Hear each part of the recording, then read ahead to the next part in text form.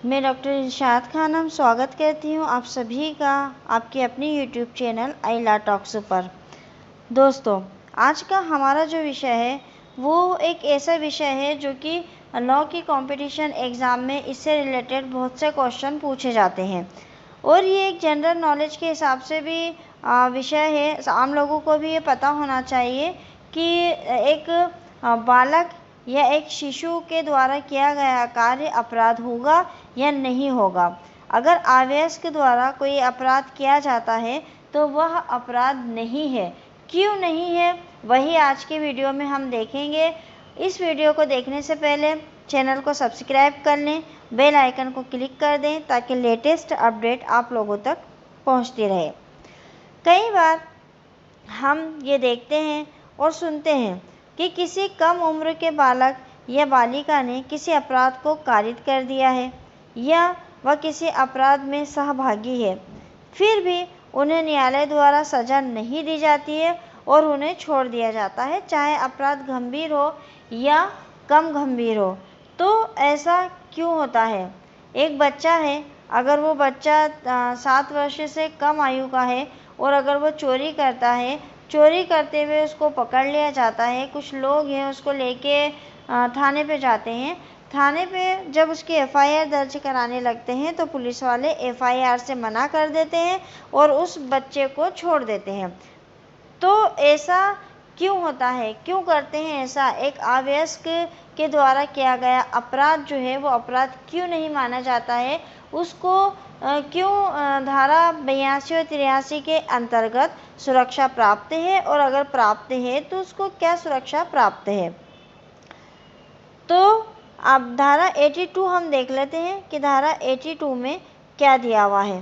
देखिए, कोई बात अपराध नहीं है जो 7 वर्ष के कम आयु के शिशु द्वारा की जाती है। यानी धारा 82 क्या कह रहा है कि कोई भी बात या कोई भी ऐसा कार्य अपराध नहीं होता है जो किसके द्वारा किया जाता है? 7 वर्ष से कम आयु के शिशु के द्वारा। और धारा 83 क्या कह रही है? कोई बात अपराध नहीं है जो 7 वर्ष से ऊपर और 12 वर्ष से कम आयु के शिशु के द्वारा की जाती है। तो एक धारा में क्या कह रहा है? 7 वर्ष तक की आयु का बच्चा, और एक धारा कह रही है 12 वर्ष से कम आयु तक का बच्चा। तो ये सेक्शन को अलग अलग क्यों डिफाइन किया गया है? इसको सीधे सीधे ऐसे भी तो कह सकते थे कि कोई शिशु जो कि 12 वर्ष तक की आयु का हो या 12 वर्ष से कम आयु का शिशु द्वारा किया गया अपराध नहीं होगा। इसको दो हिस्सों में क्यों डिवाइड किया गया है?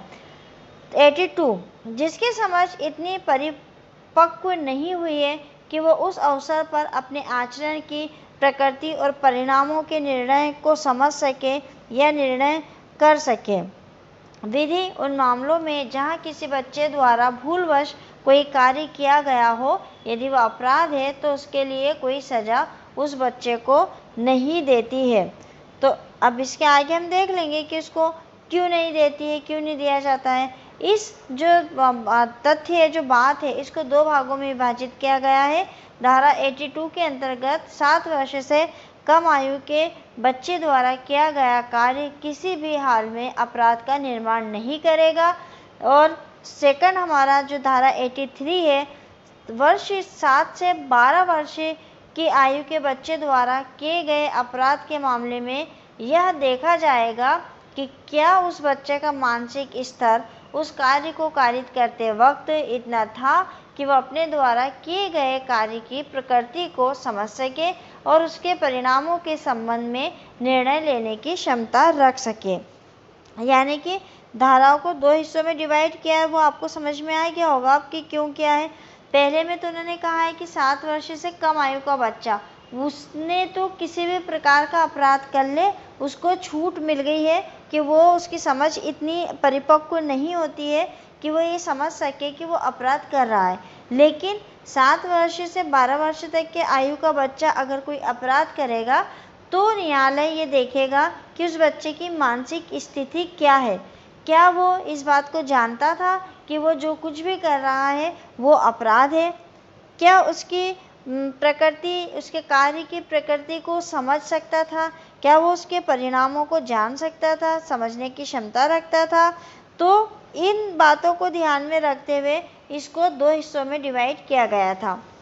धारा 82 और धारा 83 के अंतर्गत ये जो बचाव दिया गया है ये किशोर न्याय के सिद्धांत पर आधारित है, जिसका संवैधानिक आधार क्या है? अनुच्छेद 15(3) और 39(e) और f। देखिए अनुच्छेद 15 जिसमें ये कहा गया है कि बच्चों और बालकों के लिए एक विशेष उपबंध बनाया जा सकता है, यानी कि किशोरों को छूट दी गई है, किशोरों के लिए एक अलग से स्पेशल मूल अधिकार दिए हुए हैं। और धारा 39 मतलब नीति निर्देशक सिद्धांत में भी उनके लिए कहा गया है। तो ये जो धारा दोनों है 82 और 83, ये संवैधानिक आधार पर इस अधिनियम को या इस धाराओं को बनाया गया है। ये धारा जो है या ये अनुच्छेद जो है इसके अंतर्गत किशोरों के प्रति कुछ विशेष व्यवहार की बात की गई है। 7 वर्ष से कम आयु के शिशु का मामला धारा 82। भारत की विधि 7 वर्ष से कम आयु के शिशु को असमर्थ मानता है अपराध करने के लिए। इसका सीधा अर्थ ये है कि 7 वर्ष से कम आयु का शिशु ना ही कोई अपराध कर सकता है और न उसे उसके लिए कोई सज़ा दी जा सकती है। ये प्रकल्पना हर हाल में अंतिम है, यानी इस पे कोई बहस का मुद्दा नहीं है कि 7 वर्ष से कम आयु का जो शिशु है उसको सोच समझ में असमर्थ माना गया है और उसको सीधे छूट प्राप्त है किसी भी अपराध से। ये परिकल्पना हर हाल में अंतिम है। क्यों? क्योंकि एक 7 वर्ष की आयु का शिशु जो है मेंस रिया यानी कि आपराधिक मनोवृत्ति का निर्माण करने में असमर्थ होता है। फिर 7 वर्ष से अधिक एवं 12 वर्ष से कम आयु के शिशु का मामला, तो धारा 83। धारा 83 क्या कहती है?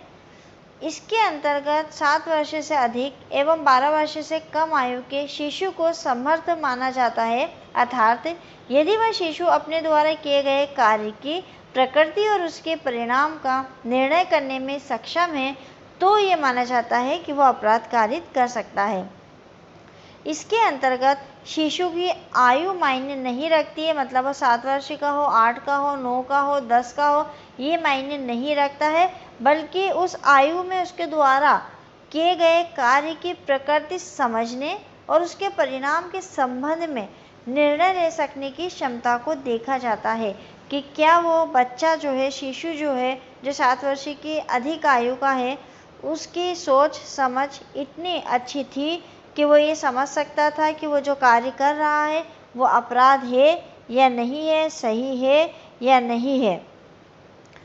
तो ये चीज़ों को देखा जाता है धारा 83 में। इसके अंतर्गत प्रतिवादी को ये साबित करना होता है कि कथित अपराध करने के वक्त न केवल वह शिशु 12 वर्ष से कम आयु का था, बल्कि वह अपने द्वारा किए गए कार्य की प्रकृति को समझने और उसके परिणाम के संबंध में निर्णय ले सकने की क्षमता नहीं रखता था। इसके अभाव में अदालत ये समझेगी कि वह शिशु परिपक्व था, वह किसी गलती और अपराध में भेद कर सके। तो यहाँ पे बच्चे की सोच समझ को देखा जाएगा। अब यहाँ ये भी ध्यान देने वाली बात है कि 12 वर्ष से अधिक आयु के किशोर को इस प्रकार का कोई लाभ विधि के द्वारा नहीं मिलेगा। यानी कौन से बच्चों को मिलेगा? 12 वर्ष तक के। 12 वर्ष से अधिक हो गया वो तो फिर वो किशोर की गिनती में आ जाएगा और उसको इसका लाभ नहीं मिलेगा। देखिए बच्चों को उन्होंने 3 श्रेणी में बांटा है, 7 वर्ष से कम आयु तक और 12 वर्ष तक से कम आयु तक का शिशु हो गए, लेकिन 12 वर्ष से 18 वर्ष की आयु के बीच के किशोर हो गए।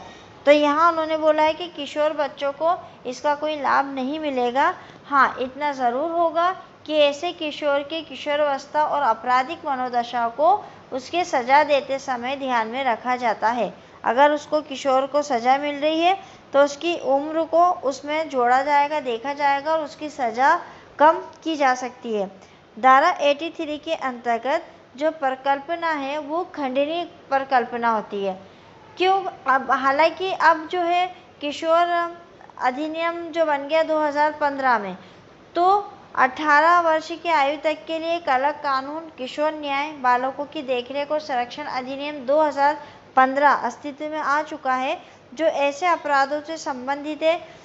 किशोर की परिपक्वता और समझ, जहां धारा 82 के अंतर्गत 7 वर्ष से कम उम्र के शिशु के संबंध में कोई सवाल नहीं उठता, न ही ये साबित हो जाने के बाद कि शिशु 7 वर्ष से कम आयु का था, कोई अन्य सबूत उसकी आपराधिक मनोदशा को साबित करने के लिए दिया जा सकता है। यानी कि अब किशोरों के लिए किशोर न्याय बालकों की देखरेख और संरक्षण अधिनियम 2015 में अस्तित्व में आ गया है और किशोरों को लिए अगर कोई पनिशमेंट दी जाती है तो उसका यहाँ पर ध्यान रख के दी जाती है।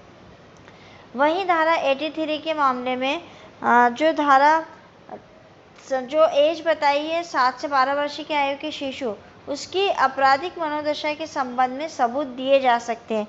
यानी कि 82 ये कहता है कि 7 वर्ष से कम आयु के बच्चे के लिए कोई सबूत भी नहीं दिया जा सकता। उसको सीधे सीधे मान लिया जाता है कि उसने कोई अपराध कारित नहीं किया है। लेकिन धारा 83 क्या कहती है कि जो 7 से 12 वर्ष की आयु के शिशु हैं वो अपराधी है या नहीं है, इस बात का सबूत जो है वो पेश करना पड़ेगा, सबूत देना होगा, तभी न्यायालय ये मानेगा कि वो अपराधी है या नहीं है। शिशु अपने द्वारा किए गए कार्य की प्रकृति और परिणाम समझता है, हालांकि वो परिणाम सजा या अपराध से संबंधित नहीं होता है। मतलब उसको अपराध के समय ये पता है कि वो क्या कर रहा है और क्या नहीं कर रहा है, परंतु ऐसे शिशु को ये पता होना चाहिए कि वो जो कर रहा है उसका क्या परिणाम हो सकते हैं और उसके बाद उसके द्वारा वो कार्य किया जाता है। अगर ऐसा है तो उसको पनिशमेंट मिलेगी। और वादी पक्ष द्वारा सकारात्मक सबूतों से ये साबित करना आवश्यक नहीं है कि ऐसे शिशु की मनोदशा क्या थी। तो यहाँ वादी जो है वो इसको सिद्ध नहीं करेगा, बल्कि कौन सिद्ध करेगा? अदालत उसके बर्ताव, व्यवहार, प्रकृति एवं कार्य के ढंग से ये पता लगा सकती है कि वह शिशु अपने द्वारा किए गए कृत्य की प्रकृति और उसके परिणाम को समझता है अथवा नहीं समझता है। इसको और अच्छे से समझने के लिए हम 2 केस देख लेते हैं। मार्श बनाम लोडर। 7 वर्ष से कम आयु के बालक ने किसी व्यक्ति के परिसर में घुसकर लकड़ी चुराई थी। उसे पुलिस अभिरक्षा में दिया गया, लेकिन उसकी आयु को ध्यान में रखते हुए उस बालक के विरुद्ध कोई आपराधिक कार्रवाई नहीं की जा सकी। क्यों? क्योंकि 7 वर्ष से कम आयु का था, तो चोरी को वो समझ सकता है ऐसा नहीं माना गया है, क्योंकि यहाँ तो सबूत गवाह आपको देना ही नहीं है। यहाँ तो सीधा सीधा ये कहना है कि 7 वर्ष से कम आयु का जो व्यक्ति है, शिशु है, वो अपराध करने के बाद फ्री है। दूसरा केस हम देखते हैं मरिया मुथत बनाम सम्राट। एक 10 वर्षीय लड़की को रास्ते में एक चांदी की पायल मिली और वो पायल लाकर उस लड़की ने अपनी माँ को दे दी।